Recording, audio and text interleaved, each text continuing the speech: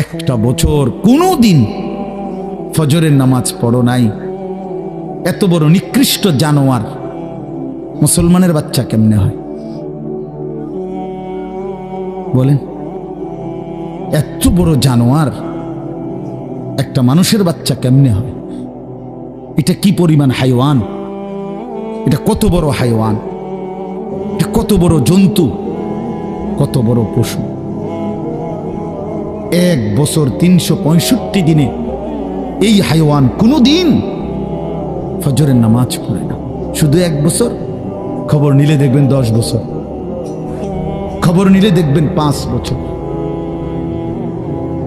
জানোয়ারের মতো, ইহুদির মতো, খ্রিস্টানের মতো চুল রাইখা তৃপ্তিভূত করে, এর চাইতে অসভ্যতা, এর চাইতে নিকৃষ্ট রুচি, এত বিকৃত মানসিকতা কোন জন্তু জানোয়ারেরও হয় না বেটা।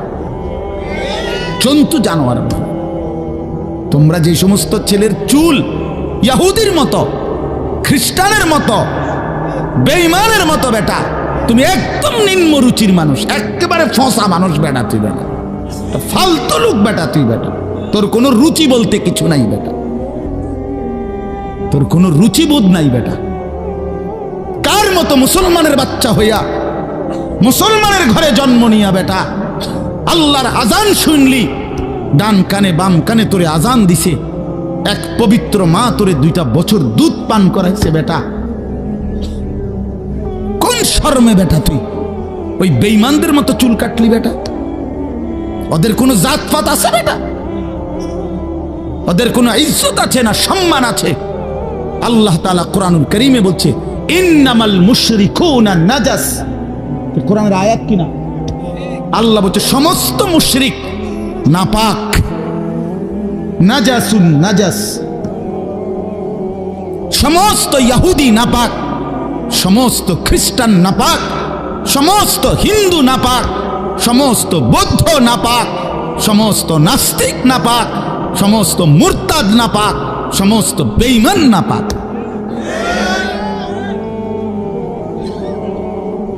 কার মতো বেটা চুল রাখলি বেটা? কারে দেখা বেটা পেশাব করে পানি লস না বেটা? কোন সভ্য থেকে শিখলি বেটা? এটা কার থেকে শিখলি?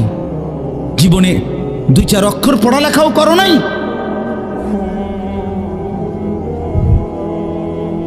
2-4 শব্দ পড়ো নাই তোমরা ছেলেরা? মানুষ এত অভদ্র অপবিত্র হয় কেন? কোরআনুল কারীমের মধ্যে আছে, আল্লাহ তাআলা বলে বান্দা, কি আজীব কথা কোরআন শরীফে আছে, বান্দা কোনোভাবেই যদি পানি নাই, ঠিক আছে, ফাইন লাম তাজিদু মাআন ফাতায়াম্মামু সাঈদান তাইয়্যিবা, তাহলে মাটি দিয়ে, পবিত্র মাটি দিয়ে তায়াম্মুম করো, তবুও নিজেকে পবিত্র বানাও। যদি বলি আল্লাহ পানি নাই, ঠিক আছে, তো মাটি দিয়ে হলেও পবিত্র হইতে হবে। এত তাড়াহুড়া কা? পানি আইও, পানি পাইয়া লই, এরকম শুরু করলেন? কোরআন শরীফের সরাসরি আয়াত। আল্লাহ তাআলা বলে জানো, ওয়ালাকিন ইউরিদু লিইউতাহহিরাকুম, আল্লাহ বলেন আমি না আমার ইমানদার বান্দাকে সারাক্ষণ পবিত্রই দেখতে চাই। দোস্ত আমার, এটা কোরআন শরীফের আয়াত। ওয়ালাকিন ইউরিদু লিইউতাহহিরাকুম, আমি আমার বান্দাকে পবিত্র, মুমিন আমার সে, ও অন্য কেউ না, ও আমার ইমানদার বান্দা। তো ইয়া আইয়ুহাল্লাযীনা আমানু ইযা কুমতুম ইলাস সালাতি ফাগসিলু ওয়ুজুহাকুম, এই আয়াতের মধ্যে, এটা এই আয়াতের অন্তর্ভুক্ত অংশ এটা। ওয়ালাকিন ইউরিদু লিইউতাহহিরাকুম, ইমানদার পানি নাই, ঠিক আছে, তায়াম্মুম করো মাটি দিয়ে। কেন এমন তাড়াহুড়া? আল্লাহ তাআলা বলে আমি যে তোমাকে পবিত্র দেখতে চাই, আমি কে তোমাকে পবিত্র। ফীহি রিজালুন ইউহিব্বুনা আন ইয়াতাতাহহারু আল্লাহু ইউহিব্বুল মুত্তাহহিরিন। কোরআন শরীফের আয়াত আছে, আল্লাহ বলে বন্ধু আপনার কিছু সাহাবীকে আমি দেখছি, আল্লাহ প্রশংসা করতেছে। মদিনার কুবা একটা এলাকা, যেখানে নবীজি মদিনার মক্কা থেকে হিজরত করে এসে প্রথম ঢুকছিলেন। এই হিজরত করে আইসা প্রথম যেখানে ঢুকছেন এই জায়গাটার নাম হলো কুবা নগরী। কুবা কি নাম? এই কুবা।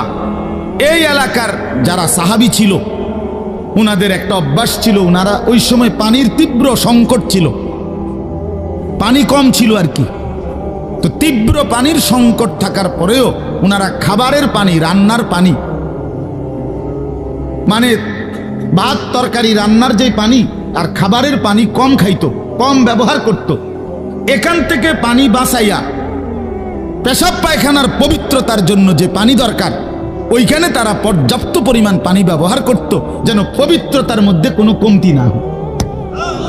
আল্লাহর কসম, এই কথাইটা, তাদের এই আখলাক আচরণটা আল্লাহ এত পছন্দ করছে, কোরআন শরীফের আয়াত নাজিল করে ডাইরেক্ট তাদের প্রশংসায় আল্লাহ বলছে ফিহি রিজালুন, আপনার সাহাবীদের মধ্যে কিছু লোক এমন আছে আমি দেখতেছি ইউহিব্বুনা আন ইয়াতাতাহহারু, যারা ভালোভাবে পবিত্রতা অর্জন করাটাকে খুব পছন্দ করে। আল্লাহু ইউহিব্বুল মুত্তাহহিরিন, নবী শুনায়ে দেন এমন পবিত্রতা অর্জনকারীদেরকে আমি আল্লাহও ভীষণ ভালোবাসি।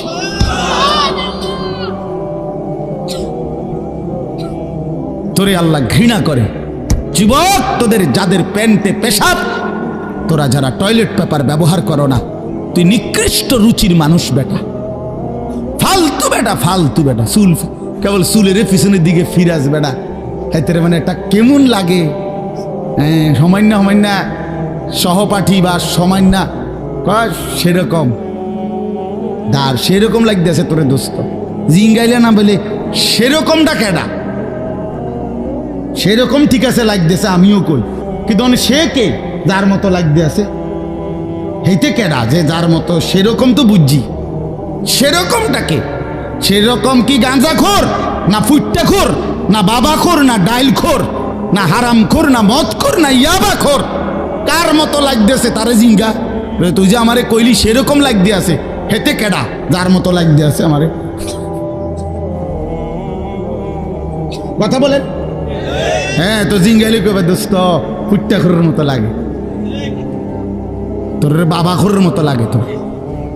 কারণ কোন ভদ্র মানুষ, ইমানদার, নামাজি, কোন চরিত্রবান পবিত্র মানুষ নাপাক থাকতে পারে না।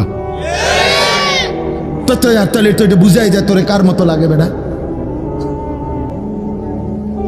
হ্যাঁ, নাই তো হে বলুক যে দোস্ত তোর চুল দেখে মনে হয় বুড়া বাইজিদ বসতাম, তোর একদম জোনায়েদ বাগদাদির মতো লাগতে আছে, এমন নি? তাহলে তোর চোর ডাকাইতের মতোই তো লাগে। আস্তাগফিরুল্লাহ, আস্তাগফিরুল্লাহ। প্রিয় ভাই আমার, বন্ধু আমার, আখিরাত যেন ভুলে না যাই। মহান আল্লাহ পাক রব্বুল আলামিন এই কোরআনুল কারীমের মধ্যে বারবার আমাদেরকে আখিরাত মনে করাইছে। আমাদের জিন্দেগি ঈমানের জিন্দেগি, আমাদের জিন্দেগি পবিত্র জীবন ভাইয়া। আমরা শুধুই দুনিয়ার জন্য না, কতজন কতভাবেই তো ইন্তেকাল করে, মৃত্যুবরণ করে, কিন্তু শাহাদাতের মৃত্যু শ্রেষ্ঠতম মৃত্যু। এবং শহীদি মৃত্যু মানে জীবন, যেটা বলল গজলের মধ্যে ওই লাইনটা আছে।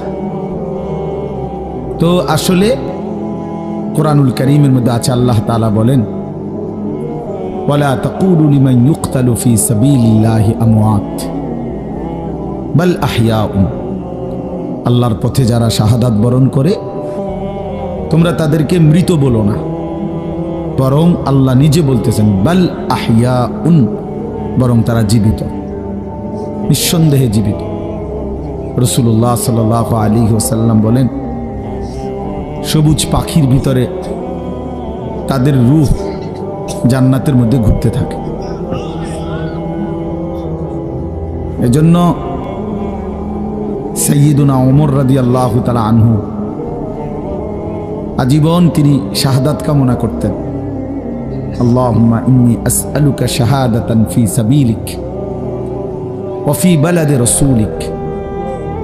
হযরত ওমর রাদিয়াল্লাহু তাআলা আনহু বলতেন যে আল্লাহ, আমি আপনার কাছে শহীদি মরণ চাই এবং নবীর শহরে মরতে চাই, মদিনায়। তো আল্লাহ তাআলা ঠিক যেভাবে দোয়া করছেন আজীবন, ওইভাবেই আল্লাহ তাআলা ওনার দোয়া কবুল করছেন। উনি মদিনাতেই ইন্তেকাল করছেন এবং শাহাদাতের মৃত্যু ফজরের নামাজের ইমামতি অবস্থা মসজিদে নববীতে প্রথম কাতারে উনি ইমামতি করতেছিলেন। একজন অগ্নিপূজক কাফের ছদ্মবেশে চাদর দিয়ে শরীর ঢেকে এই বেঈমান ফজরের নামাজের ইমামতি করতেছেন। ওমর রাদিয়াল্লাহু তাআলা আনহু এই সময় ওনার কোমরের মধ্যে ছুরি মারছে, 7-8টা ছুরির ঘাই দিছে। এই অবস্থায় তিনি রক্ত অঝরে ঝরতে শুরু করছে। তো উনি চাপ দিয়া ধইরা আগে পিছন কাতার থেকে, প্রথম কাতার থেকে হযরত আব্দুর রহমান ইবনে আউফ রাদিয়াল্লাহু তাআলা আনহুকে টেনে ইমামের জায়গায় না দাঁড় করায়া তো বলছে, আব্দুর রহমান আগে ফজরের নামাজ শেষ করো, তারপরে তোমরা আমারে ধইরো। তো উনি কাটা মুরগির মতো পাশে এই ব্যথায় তড়ফাইছে, কিন্তু সাহাবায়ে কেরাম আগে নামাজ পড়ছে, এরপরে উনারে ধরছে। তো এই আঘাতেই উনি শাহাদাত বরণ করছে। তো শহীদি মৃত্যুও হয়েছে, আবার রসুলের শহরেই মদিনাতেই মৃত্যুবরণ করছে। ও সবচেয়ে আশ্চর্যের কথা হলো উনি হলেন শহীদে মেহরাব, মেহরাবের শহীদ, অর্থাৎ নামাজের এই জায়গায় রাসূলুল্লাহ সাল্লাল্লাহু আলাইহি ওয়াসাল্লাম আজীবন যেখানে ইমামতি করতেন সেইখানে তিনি শাহাদাত বরণ করছেন। আল্লাহ ওনাকে কিভাবে কবুল করছে। এজন্য নওজোয়ান ভাই ছেলেরা, তোমাদেরও এটা মনে রাখা চাই, সারা পৃথিবীর ইসলাম বিরোধী দুশ্মনরা, এই সারা বিশ্বের ইহুদি, খ্রিস্টান, মুনাফিক, নাস্তিক, মুরতাদ, ইসলাম বিদ্বেষীদের একটা বড়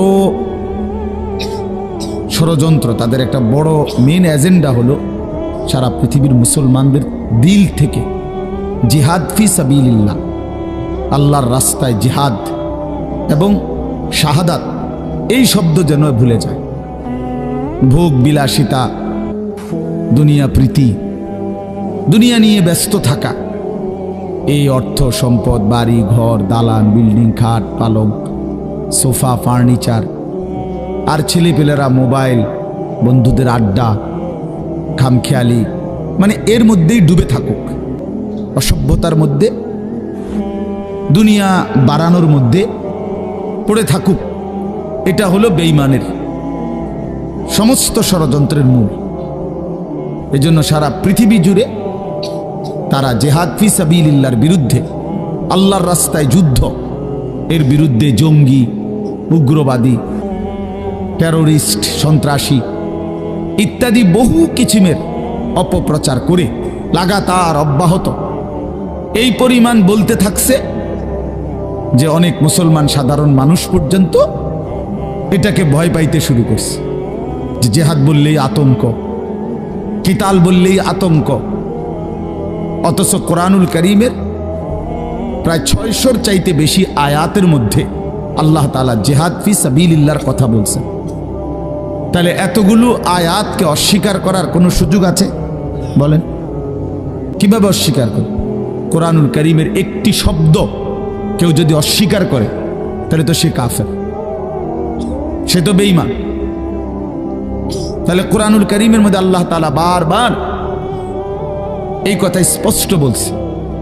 কোরআন শরীফে আছে, মক্কায় মুসলমানরা, কুরাইশরা, মক্কার কুরাইশদের মধ্যে মাঝে মধ্যে বিতর্ক হইত যে কেউ কাবা ঘরে হাজিদেরকে পানি পান করাইতো, কেউ হাজিদেরকে মেহমানদারি করত, কেউ কাবা ঘরের চাবি পাহারা দিত, কেউ কাবা ঘরের সংরক্ষণ করত, কাবা ঘরের ভবন ইত্যাদি প্রস্তুত করত, হাজিদের জন্য তাবু বানাইতো। তো এই খেদমতকে অনেক বড় মনে করত। তো একদিন নিজেদের মধ্যে তারা বলতেছিল যে এইটা সবচেয়ে বড় কাজ। তো আল্লাহ তাআলা কোরআনুল কারীমের সূরা আয়াত নাজিল করে বললেন, না, আল্লাহর উপরে ঈমান এবং জান মালের জিহাদ এটা সর্বশ্রেষ্ঠ কাজ। আজআলতুম সিকায়াতাল হাজ্জ ওয়া ইমারাতাল মসজিদিল হারাম কামান আমানা বিল্লাহি ওয়াল ইয়াউমিল আখির ওয়াজাহাদা ফি সাবিলিল্লাহি বিআমওয়ালিহিম ওয়া আনফুসিহিম লা ইস্তাবুনা ইনদাল্লাহ। তোমরা মনে করেছো হাজীদেরকে পানি পান করানো এবং কাবা ঘর মসজিদে হারামের রক্ষণাবেক্ষণ করা এটা সর্বোত্তম? আল্লাহ বলে না। আল্লাহর প্রতি ঈমান, ওয়াজাহাদা ফি সাবিলিল্লাহ বিআমওয়ালিহিম ওয়া আনফুসিহিম, আল্লাহর পথে জান আর মালের জিহাদ, এইটা আর ওইটা কশ্চিন কালেও সমানও হইতে পারে না। উচ্চতা হওয়ার প্রশ্নই নাই, সমান সমানও না, বরং জিহাদ ফি সাবিলিল্লাহ এটা সর্বশ্রেষ্ঠ। ওয়া যারওয়াতু সানামিহি আল জিহাদ। আল্লাহর নবী সাল্লাল্লাহু আলাইহি ওয়াসাল্লাম বলেন, ইসলামের সর্বোচ্চ চূড়া জিহাদ ফি সাবিলিল্লাহ। কি বলেন? সবাই বলেন, ছেলেরা বলো ভাই, এই শব্দটা বলো, জিহাদ ফি সাবিলিল্লাহ। আজ তোমরা ভুলে গেছো। আজ অসংখ্য যুবক ছেলে, কিশোর ছেলে জানেও না এসব। 16, 17, 18 বছরের ছেলেরা রাসূলুল্লাহ সাল্লাল্লাহু আলাইহি ওয়াসাল্লামের জামানায় পুরা দমে যুদ্ধ করছে, পুরা দম। 17, 18 বছরের অসংখ্য সাহাবী, 20 বছরের অসংখ্য সাহাবী যুদ্ধের ময়দানে সেনাপতি ছিলেন। উহুদের যুদ্ধে সর্বপ্রথম আল্লাহর নবী সাল্লাল্লাহু আলাইহি ওয়াসাল্লাম উহুদের যুদ্ধের দিন, ইসলামের ইতিহাসের অত্যন্ত ভয়ানক একটা যুদ্ধের নাম হলো উহুদের যুদ্ধ, যেখানে 70 জন সাহাবী শাহাদাত বরণ করছিলেন। এই যুদ্ধে সর্বপ্রথম দুশমনের বিরুদ্ধে কাফেরদের মোকাবেলায় আল্লাহর নবী সাল্লাল্লাহু আলাইহি ওয়াসাল্লাম প্রথম তীর মারার জন্য দুশমনের দিকে যাকে আদেশ করছেন তার বয়স ছিল মাত্র 18 বছর। হযরত সাদ ইবনে আবি ওয়াক্কাস রাদিয়াল্লাহু তাআলা আনহু। নবীজি উনাকেই প্রথম বলছেন দুশমনের দিকে তীর মারো। ইরমি সাদ, সাদ তুমি তীর ছোড়ো। ফিদাকা আবি ওয়া উম্মি। এই নবী জীবনে একবার শুধু বলছে এই 18 বছরের সাহাবী যুবকের জন্য যে আমি মুহাম্মদের মা বাপ তোমার জন্য কুরবান। আর কোনোদিন নবীজি এ কথা বলে নাই। সাহাবীরা নবীকে বলতো, হে আল্লাহর নবী, আমার মা বাপ আপনি রাসূলের জন্য কুরবান হোক, এটা মহব্বতে বলতো। তো নবীজি জীবনে কাউকে বলে নাই এখন। এই একমাত্র এই উহুদের যুদ্ধের দিন 18 বছরের ওই ছেলে, এটা হইলো এই বই টিফো মোবাইল, এটা জিন্দিগি এই মোবাইল লইয়ে শেষ কর। এই ছাগলামি করতে করতেই জীবন শেষ। 24 ঘন্টার জীবনটা তোমরা ছেলেরা বুঝে নিছো মোবাইল। তোমাদের ইবলিস শয়তান এমন ভাবে বলে দিছে যে পৃথিবীর সবকিছু থেকে আলাদা হইবি, কিন্তু এটার থেকে আলাদা হবি না।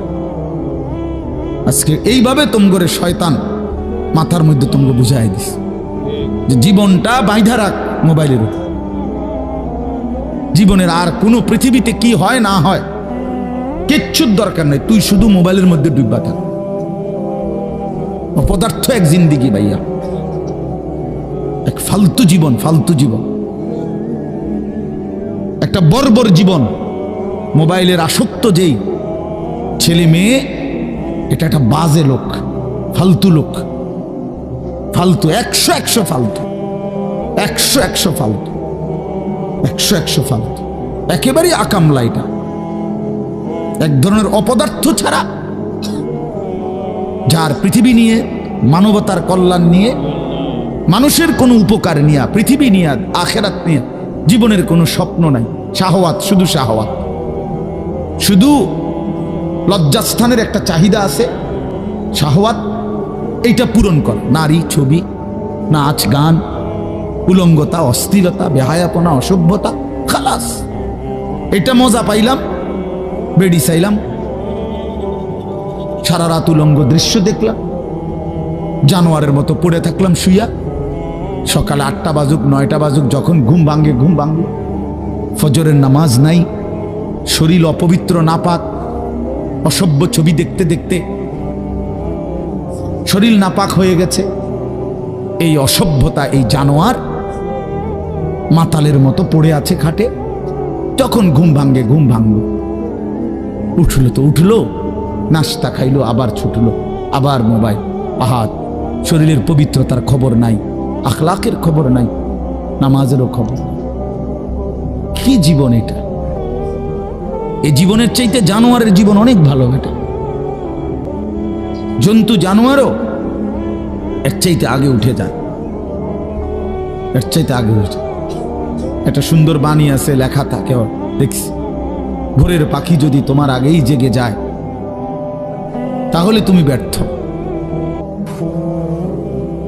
ভোরের পাখি যদি তোমার আগেই উঠে যায় তুমি ব্যর্থ। তোমার আগে উঠবে কেন? তুমি মানুষ, আশরাফুল মাখলুকাত, আল্লাহর সর্বশ্রেষ্ঠ সৃষ্টি, তুমিই তো আগে উঠবার কথা। তোমরাই কি জীবন বাছাই করে নিছো ছেলেরা? তোমরাই বলতে পারো বাবা। তোমার জন্য আমি আটকাবো না, আমার জন্য তুমি আটকাইবা না। কেউ কারো জন্য আটকাবে না ছেলেরা, মনে রাখো। একদিন তোমার বাপ তোমার বাপের মতো করে কবরে চলে যাবে। এই যাই দৌড়ঝাঁপ করছে বেচারা কামাই করার, একদিন দেখবা তোমার রাইখা সে চলে গেছে। একদিন তুমিও চলে যাইবা। এই বন্ধু বান্ধব আড্ডা এগুলো সব থাইকা যাবে। দুনিয়ার জায়গায় থাকবে। তুমি মরবা যেদিন, আমি মরবো যেদিন, সেদিনও সূর্য উঠবে, চাঁদ উঠবে, পৃথিবীর এই ব্যস্ততা থাকবে, মানুষের দৌড়ঝাঁপ থাকবে, দোকানপাট সব খুলবে, বাজার ব্যবসা চলবে, শুধু আমি নাই। শুধু কি আমি নাই। আর সবই কি স্বার্থপর দুনিয়া। কেউ তোমার জন্য এক ঘন্টাও থামবে না, কেউ না। কারো হাতে সময় নাই ভাইয়া, কারো হাতে সময়। বহুতই বড় স্বার্থপর এক দুনিয়া এটা। এজন্য বুদ্ধিমান সে, নবীজি বলছে, আল কাইয়িসু মান দানা নাফসাহু ওয়া আমিলা লিমা বা'দাল মাউত। বুদ্ধিমান তো সে যে নিজের হিসাব করে, নিজের হিসাব রাখে এবং মৃত্যু পরবর্তীর জন্য আমল করে। রাসূলুল্লাহ সাল্লাল্লাহু আলাইহি সাল্লাম বলেছেন, এক সাহাবী জিজ্ঞেস করছে, ইয়া রাসূলুল্লাহ, মান আকিয়াসুন নাস ওয়া আহজামুন নাস? সবচেয়ে বিচক্ষণ, বুদ্ধিমান, বিবেকবান কে? নবীজি সাল্লাল্লাহু আলাইহি ওয়াসাল্লাম বলেন, আকসারুহুম যিকরান লিল মাউত। বেশি বেশি যে মৃত্যুকে স্মরণ করে। ওয়া আকসারুহুম ইস্তি'দাদান লিল মাউত, এবং বেশি বেশি যে মৃত্যুর জন্য প্রস্তুতি গ্রহণ করে। সে বুদ্ধিমান, সে বুদ্ধিমান। কুরআনুল কারীমের মধ্যে আল্লাহ তাআলা বলেন, ওয়া ইন্নাদ দারাল আখিরাতা লাহিয়াল হায়াওয়ান। ছেলেরা মোবাইল যে কয়জন হাতে আছে নামায় ফেলো, হাতের থেকে মোবাইলটা নামায়া শোনো ভাই, আমার দিকে তাকাইয়া শোনো, ভালো হবে ভাই। তো আল্লাহ তাআলা বলেন, নিশ্চয়ই আখিরাতের ঘর জান্নাত, সেটাই কেবল জীবন। লাহিয়াল হায়াওয়ান, ওইটাই লাইফ, ওইটাই জীবন, এটাই স্টেশন, এটা প্ল্যাটফর্ম। এজন্য ট্রেন স্টেশনে যত অত্যাধুনিক এসি থাকুক, বাসের প্ল্যাটফর্মে যত অত্যাধুনিক রোমে হোক, লোকটা কেবল ছটফট করে, একটু পরপর ঘড়ি দেখে, টিকিট দেখে, বাইরে উকি দেয়, বাস আইয়ে না। আরে ভাই এরম করেন কেন? এসি চলতেছে, বসে না থাকবে। আর তোর মেয়ে নাম না বইয়ে থাকতে মাইছি ঠিকই না বলে, অথচ কোনো সমস্যা নাই, এতটা অত্যাধুনিক রুম এখানে। তারা নাস্তা টাস্তা দিয়েছে, কিন্তু হের কেবল গড়িসা, সে কেবল টিকিট চায়, সে কেবল জিগা কি ভাই আইলুনি, ট্রেন আসছে না। কারণ এটা যে প্ল্যাটফর্ম, সে এখানে বসতে আসে নাই। রব্বুল আলামিন বলে, বান্দা বিশ্বাস করো, এটা প্ল্যাটফর্ম। মালি ওয়ালিদ দুনিয়া। রাসূলুল্লাহ সাল্লাল্লাহু আলাইহি ওয়াসাল্লাম, হাই উম্মত, দুনিয়ার সাথে আমার কিসের সম্পর্ক? কি সম্পর্ক? ইন্নামা মাসালি ওয়া মাসালুদ দুনিয়া কারাকিবিন ইস্তাযাল্লা তাহতা শাজারাতিন সুম্মা রাহা ওয়া তারাকা। হাদিস। নবীজি বলছে, আমার উদাহরণ দুনিয়ার সাথে কেমন শোনো। এমন এক পথিক লম্বা পথে বহু দূর কোথাও যাবে, রওনা দিছে, প্রচন্ড রৌদ্র, ভীষণ রৌদ্রে পথিক এতটাই ঘামে ভিজে গেছে যে এই জন্য সে একটা গাছের নিচে একটু বাতাসের জন্য একটু বসছে, শরীরটা যাতে একটু ঠান্ডা হয়, গরম লাগতেছে। তো কিছুক্ষণ পরে শরীরটা যখন একটু ঠান্ডা লাগছে, একটু বিশ্রাম করছে, তা আবার সেই পথিক তার মূল গন্তব্যের দিকে রওনা দিয়ে চলে গেছে। তারা কাহা, গাছটাকে গাছের জায়গাতেই রেখে গেছে। নবীজি বলেন, ঠিক এমন, আমি তো আখেরাতের পথিক, আমি তো জান্নাতের যাত্রী, আমি তো আখেরাতের মুসাফির, আমি তো যাচ্ছি সেখানে। যাওয়ার পথে মাঝখানে 60 বছর, 63 বছর, 40 বছর, 50 বছরের একেবারে সামান্য একটু সময় ওই গাছের নিচে দুনিয়ায় একটু বিশ্রাম করলাম, একটু বসলাম, আবার একটি নির্দিষ্ট সময় পরে আমি আমার আপন গন্তব্য আখিরাতের দিকেই রওনা দিলাম। দুনিয়া দুনিয়ার জায়গায় রয়ে গেল, দুনিয়া দুনিয়ার জায়গাতেই রয়ে গেল, দুনিয়া পড়েই রইল। কি ভাই, বুঝতেছেন এই কথাটা? রাসূলুল্লাহ সাল্লাল্লাহু আলাইহি ওয়াসাল্লাম বলেন, ইয়াকুলু ইবনু আদম মালি ওয়া মালি। কি আজীব হাদিস শুনেন। নবীজি বলেন, হায় বনি আদম সারাক্ষণ কেবল বলে আমার মাল, আমার মাল। দেখছেন, গাড়িটা আমার, এই বাড়িটা আমার, এই 10 শতক জমি আমার, এই সোফাগুলো আমার, এই খাট আমার। আল্লাহ নবী সাল্লাল্লাহু আলাইহি সাল্লাম বলেন, হাল্লাকা ইয়া ইবনা আদম মিন মালিক। কোথায় তোমার মাল? এই বনি আদম, মাল তোমার বলতে কে বললো এগুলো তোমার? এগুলো যদি তোমারই হয় তো তুমি যেহেতু চিরস্থায়ীভাবে দুনিয়া থেকে কবরের দিকে চলে যাচ্ছ, এগুলো সাথে নিচ্ছ না কেন? তোমার জিনিস কার জন্য রেখে যাচ্ছ? এই বেটা, ওয়াহাল্লাকা ইয়া ইবনা আদম মিন মালিক। কিরে বনি আদম, তোর মাল কই? তোর যদি হয় নিচ্ছ না কেন এগুলো? ও মানে মোবাইল আমার, তো আমি এটা নিয়ে যাবো না সাথে এখন, নাকি ধুয়ে যাবো? কথা বলেন না কেন? তো তুমি তো দুনিয়া থেকে চলে যাচ্ছ, তো নিচ্ছ না কেন এগুলো? তোমার 10 শতক জায়গা নিবা না? সোফা এগুলো কই রাখা যাচ্ছ? এগুলো নিয়ে যাও, বিল্ডিং নিয়ে যাও। তাইলে দেখে বুঝেই নাও বান্দা, উম্মত তোমার হলো কোত্থেকে? তোমার কেবল 3টা মাল, 3টা জিনিস তোমার। নবীজি নিজে বলছে, ইল্লা মা আকালতা ফাআফনাইতা। যা সরাসরি তুমি খাইয়া শেষ করছো, খাইছিলা, এটা তোমার। আউ লাবিস্তা ফাআবলাইতা। যেটা সরাসরি তুমি গায়ে দিছিলা, পরছিলা, পোশাক তোমার গায়ে, পড়তে পড়তে এডি ফুরান হইছে, সিরিয়ালাইছো, এগুলো তোমার। আউ তাসাদ্দাকতা ফাআমদাইতা। আর যা আল্লাহর রাস্তায় খরচ করেছ, দান, সাদাকা, যাকাত, ফিতরা, হ্যাঁ, হজ, উমরার জন্য, গরিব দুঃখী, মসজিদ, মাদ্রাসা, এতিম, গরিব, অসহায়, ইত্যাদি ইত্যাদি, এই যেগুলো তুমি কি করছিলা? সাদকা খরচ করছো আল্লাহর পথে, ফাআমদাইতা, সেটা তুমি আখিরাতে পাঠাইছো, সেটা পৌঁছে। এই 3টা তোমার। ওয়ামা সিওয়া যালিকা, আর এই ছাড়া বাকি সব ফাজাহিবুন, তোমার থেকে সরে যাবে, চলে যাবে। ও তারিকুহু লিন্নাস, মানুষের জন্যই রেখে যাবে। কি অসাধারণ হাদিস, কি চমৎকার ভাবে নবীজি ব্যাখ্যা করে বুঝাইছেন। ইয়াতবাউল মাইয়িতা সালাসাতুন ফায়ারজিউ ইসনান ওয়া ইয়াবকা ওয়াহিদ। নবীজি বলেন, মানুষের কবরস্থানে 3 জিনিস তার সাথে যায়, 2টা ফিরে আসে, একটা থেকে যায়, একটা থেকে যায়। যাওয়ার সময় যায় 3টা। 1 নম্বর মালুহু ওয়া আহলুহু ওয়া আমালুহু। তার কিছু মাল, ওই যে লাশের খাটিয়া, আগরবাতি, এই জাতীয় সামান্য কিছু মাল তার, এগুলো তার সাথে যায়।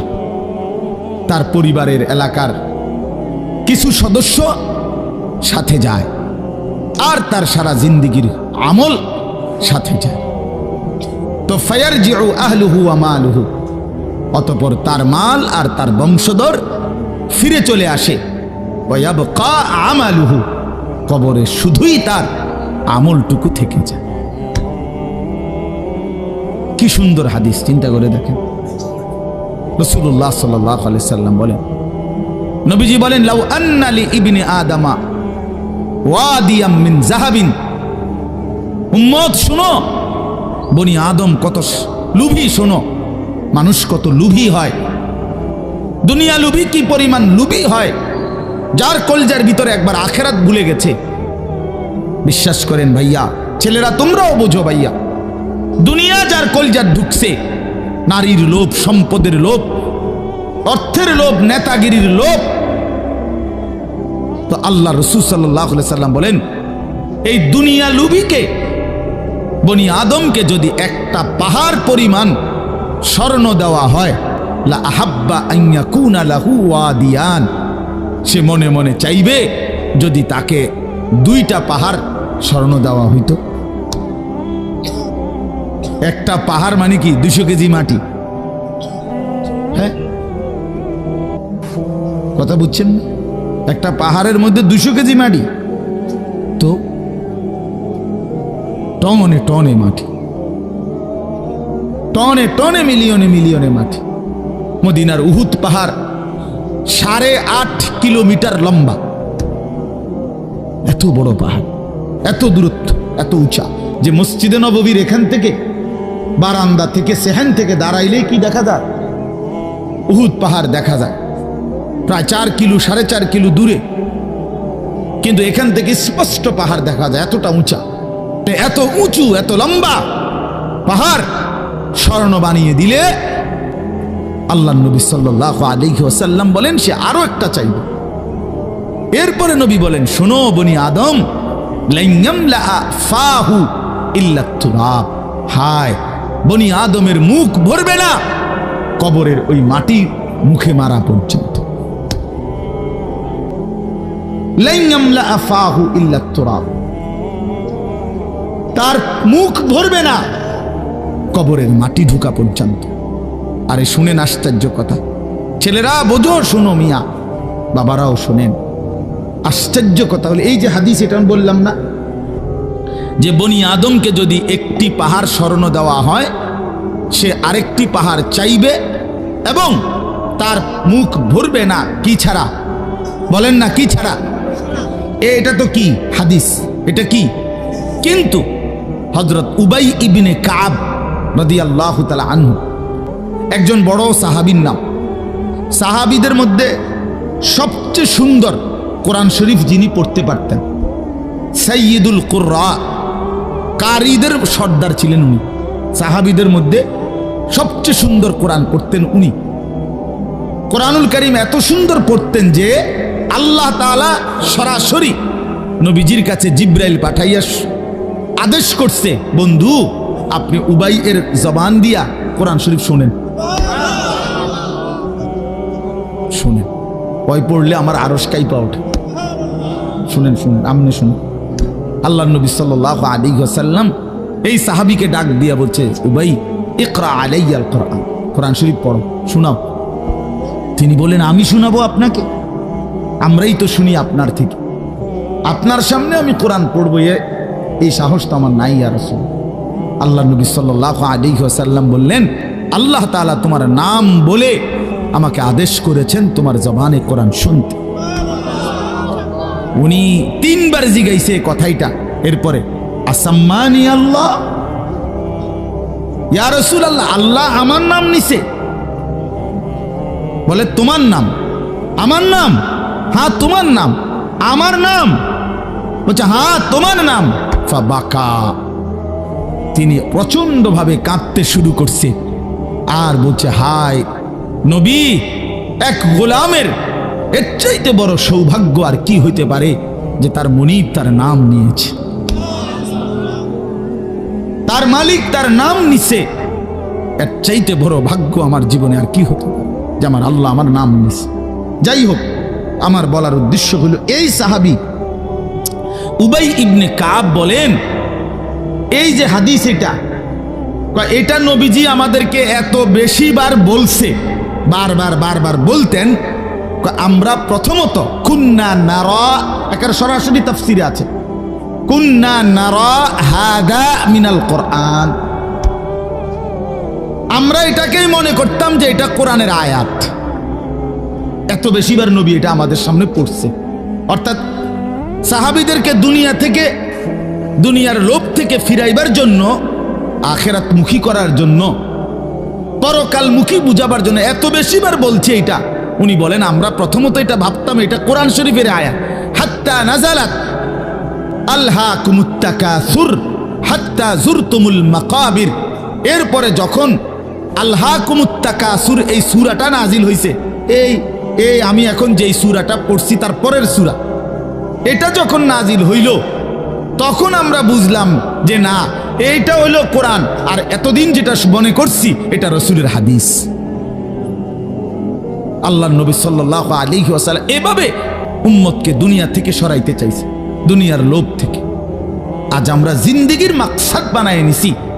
জওয়ান বলেন, বুড়ো বলেন, আমি বলেন, আপনি বলেন, আমাদের জীবন শুধু দুনিয়া, অথচ আখিরাত, হাসরের ময়দান, কিয়ামত, পরকাল আমাদের দরজায় কড়া নাড়তেছে। প্রতিনিয়ত আমাদের সামনে যে মানুষগুলো মৃত্যুবরণ করতেছে, এরা যেন আমাদেরকে হাত নেড়ে নেড়ে কড়া নাইরা নাইরা যেন বলতেছে আখিরাতের দিকে যাচ্ছি, তুমিও আইসো। ঠিক না? এই জন্য কবর জিয়ারতের দোয়া আছে সালামের সাথে। ওই ওমর ফারুক ভাই নিরা হয় না? হারে বেটা, বেচারা আমার তো বড় বক্তা, ওরা নিচে বসে হায় হায় স্যার খারাপ। তো কবর জিয়ারতের দোয়ার মধ্যে, সালামের মধ্যে এটা অংশ আছে, আনতুম লানা সালাফুন ওয়া নাহনু লাকুম তাবাউন। হে কবরবাসী, আপনি তো আমার আগে চলে গেলেন, অচিরেই আমি আপনার পিছনে পিছনে আসতেছি। ওয়া নাহনু লাকুম তাবাউন, আমরা আপনার পিছনে পিছনে আসতেছি। আপনাকে সালাম, আপনাকে সালাম।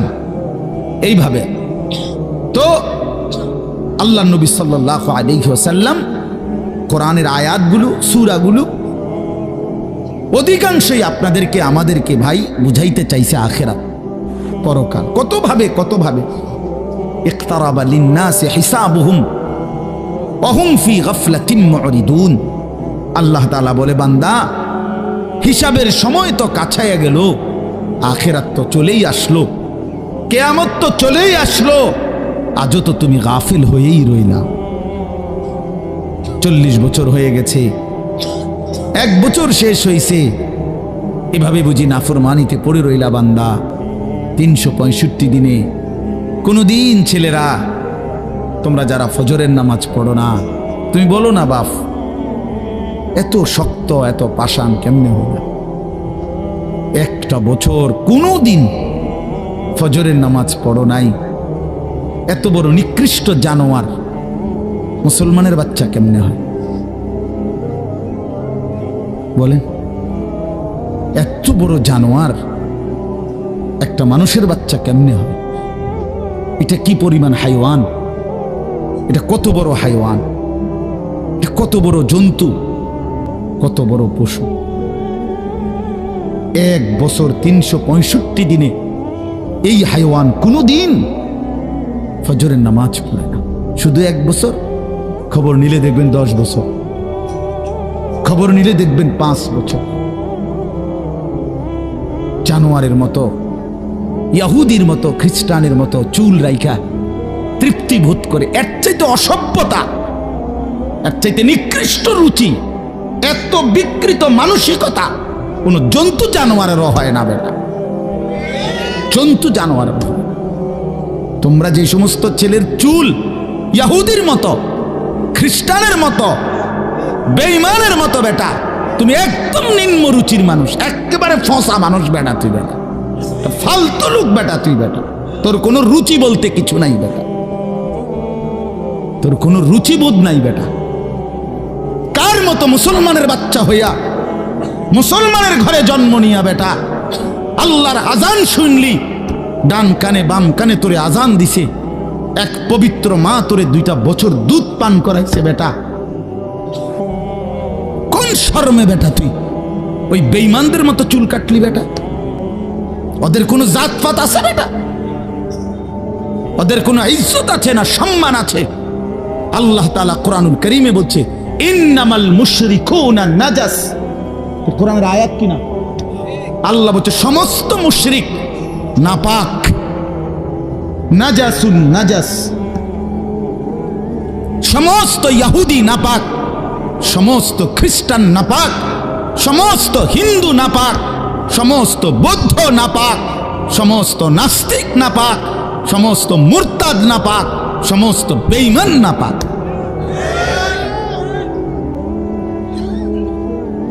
কার মতো বেটা চুল রাখলি বেটা? কারে দেখা বেটা পেশাব করে পানি লস না বেটা? কোন সভ্য থেকে শিখলি বেটা? এটা কার থেকে শিখলি? জীবনে 2-4 অক্ষর পড়ালেখাও করো নাই?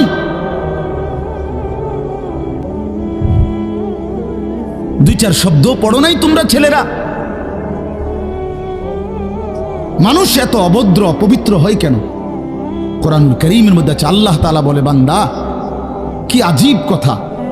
কোরআন শরীফে আছে, বান্দা কোনোভাবেই যদি পানি নাই, ঠিক আছে, ফাইন লাম তাজিদু মাআন ফাতায়াম্মামু সাঈদান তাইয়্যিবা, তাহলে মাটি দিয়ে, পবিত্র মাটি দিয়ে তায়াম্মুম করো, তবুও নিজেকে পবিত্র বানাও। যদি বলি আল্লাহ পানি নাই, ঠিক আছে, তো মাটি দিয়ে হলেও পবিত্র হইতে হবে। এত তাড়াহুড়া কা? পানি আইও, পানি পাইয়া লই, এরকম শুরু করলেন। কোরআন শরীফের সরাসরি আয়াত, আল্লাহ তাআলা বলে, জানো ওয়ালাকিন ইউরিদু লিইউতাহহিরাকুম, আল্লাহ বলেন আমি না আমার ইমানদার বান্দাকে সারাক্ষণ পবিত্রই দেখতে চাই। দোস্ত আমার, এটা কোরআন শরীফের আয়াত। ওয়ালাকিন ইউরিদু লিইউতাহহিরাকুম, আমি আমার বান্দাকে পবিত্র, মুমিন আমার সে, ও অন্য কেউ না, ও আমার ইমানদার বান্দা। তো ইয়া আইয়ুহাল্লাযীনা আমানু ইযা কুমতুম ইলাস সালাতি ফাগসিলু ওয়ুজুহাকুম, এই আয়াতের মধ্যে এটা, এই আয়াতের অন্তর্ভুক্ত অংশ এটা। ওয়ালাকিন ইউরিদু লিইউতাহহিরাকুম, ইমানদার পানি নাই, ঠিক আছে, তায়াম্মুম করো মাটি দিয়ে। কেন এমন তাড়াহুড়া? আল্লাহ তাআলা বলে, আমি যে তোমাকে পবিত্র দেখতে চাই, আমি কে তোমাকে পবিত্র। ফীহি রিজালুন ইউহিব্বুনা আন ইয়াতাতাহহারু আল্লাহু ইউহিব্বুল মুত্তাহহিরিন। কোরআন শরীফের আয়াত আছে, আল্লাহ বলে, বন্ধু আপনার কিছু সাহাবীকে আমি দেখছি, আল্লাহ প্রশংসা করতেছে।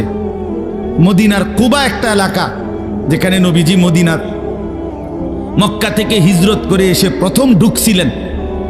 এই হিজরত করে আইসা প্রথম যেখানে ঢুকছেন, এই জায়গাটার নাম হলো কুবা নগরী। কুবা, কি নাম? এই কুবা। এই এলাকার যারা সাহাবী ছিল, উনাদের একটা অভ্যাস ছিল, উনারা ওই সময় পানির তীব্র সংকট ছিল, পানি কম ছিল আর কি। তো তীব্র পানির সংকট থাকার পরেও উনারা খাবারের পানি, রান্নার পানি, মানে ভাত তরকারি রান্নার যে পানি আর খাবারের পানি কম খাইতো, কম ব্যবহার করত। এখান থেকে পানি বাঁচাইয়া পেশাব পায়খানার পবিত্রতার জন্য যে পানি দরকার, ওইখানে তারা পর্যাপ্ত পরিমাণ পানি ব্যবহার করত, যেন পবিত্রতার মধ্যে কোনো কমতি না হয়। আল্লাহর কসম, এই কথাইটা, তাদের এই আখলাক আচরণটা আল্লাহ এত পছন্দ করছে, কোরআন শরীফের আয়াত নাজিল করে ডাইরেক্ট তাদের প্রশংসায়। আল্লাহ বলছে, ফীহি রিজালুন, আপনার সাহাবীদের মধ্যে কিছু লোক এমন আছে আমি দেখতেছি, ইউহিব্বুনা আন ইয়াতাতাহহারু, যারা ভালোভাবে পবিত্রতা অর্জন করাটাকে খুব পছন্দ করে। আল্লাহু ইউহিব্বুল মুত্তাহহিরিন, নবী শুনায়ে দেন, এমন পবিত্রতা অর্জনকারীদেরকে আমি আল্লাহও ভীষণ ভালোবাসি।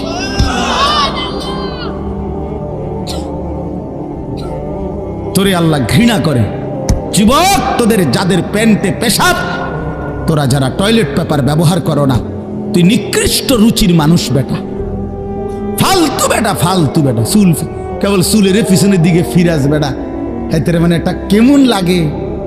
হ্যাঁ, সামান্য সামান্য সহপাঠী বা সামান্য সেরকম দার সেরকম লাগতেছে তোরে দোস্ত, জিঙ্গাইলে না বলে সেরকমটা কেডা? সেরকম ঠিক আছে লাগতেছে, আমিও কই, কিন্তু সে কে যার মতো লাগতে আছে? হেইতে কেডা যে যার মতো? সেরকম তো বুঝছি, সেরকমটাকে। সেরকম কি গাঁজাখোর না ফুটটা খোর, না বাবা খোর, না ডাইল খোর, না হারাম খোর, না মদ খোর, না ইয়াবা খোর। কার মতো লাগতেছে তারে জিঙ্গা। তুই যে আমারে কইলি সেরকম লাগতে আছে, হেতে কেডা যার মতো লাগতে আছে আমারে? কথা বলেন। হ্যাঁ, তো জিঙ্গাইলে কবে দোস্ত ফুটটা খোরের মতো লাগে, তোর বাবা খোরের মতো লাগে তোর। কারণ কোন ভদ্র মানুষ, ইমানদার, নামাজি, কোন চরিত্রবান পবিত্র মানুষ নাপাক থাকতে পারে না। তো তাহলে তো এটা বুঝাই যায় তোরে কার মতো লাগে বেটা। হ্যাঁ, নাই তো হে বলুক যে দোস্ত তোর চুল দেখে মনে হয় বুড়া বাইজিদ বসতাম, তোর একদম জোনায়েদ বাগদাদির মতো লাগতে আছে, এমন নি? তাহলে তোর চোর ডাকাইতের মতোই তো লাগে। আস্তাগফিরুল্লাহ, আস্তাগফিরুল্লাহ। প্রিয় ভাই আমার, বন্ধু আমার, আখিরাত যেন ভুলে না যাই। মহান আল্লাহ পাক রব্বুল আলামিন এই কোরআনুল কারীমের মধ্যে বারবার আমাদেরকে আখিরাত মনে করাইছে। আমাদের জিন্দেগি ঈমানের জিন্দেগি, আমাদের জিন্দেগি পবিত্র জীবন ভাইয়া। আমরা শুধুই দুনিয়ার জন্য না, শুধু দুনিয়ার জন্য, দুনিয়ার জন্য আল্লাহ তাআলা কোরআন শরীফে আছে ওয়াদারনি ওয়াল মুকাদ্দিবিনা উলিন নি'মাতি ওয়া মাহিলহুম কালিলা। আল্লাহ বলছে, হে আমার বান্দারা, নাফরমান পাপীদেরকে অল্প সময়ের জন্য দুনিয়া ভোগ করতে দাও, ওদেরকে দুনিয়া খাওয়ায়া পরাইয়া এরপরে আমি নিয়ে আসবো। আমি এজন্যই বানাইছি। কিন্তু তোমরা মুমিন, তোমরা ইমানদার, তোমাদেরকে আমি আল্লাহ তাআলা জান্নাতের জন্য বানাইছি, জান্নাতের জন্য।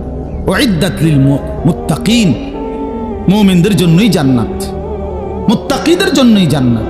একটা বেঈমানও জাহান্নাম থেকে মুক্তি পাবে না। কোনো কাফের, কোনো বেঈমান, কোনো হিন্দু, কোনো বৌদ্ধ, কোনো ইহুদি, কোনো খ্রিস্টান, কোনো নাস্তিক, মুরতাদ পরকালে, পরকালে এক ঢোক, এক জাররা, এক লোকমা, এক ঢোক পানি মিলবে না, সুখ মিলবে না। ঈমানবিহীন সমস্ত ভালো কাজ আখিরাতের বিচারে পরিত্যক্ত, মরদুদ, বাতিল। ঈমান শর্ত। মৃত্যু পরবর্তী যেই কোনো বিনিময়ের জন্য, উত্তম বিনিময় পেতে হলে কি লাগবে? ঈমান জরুর, ঈমান জরুর।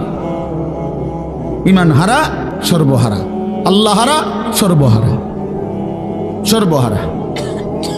তো এই জন্য আল্লাহ তাআলা আমাদেরকে বানাইছিনি আখিরাতের জন্য, আখিরাতে নিজের জন্য।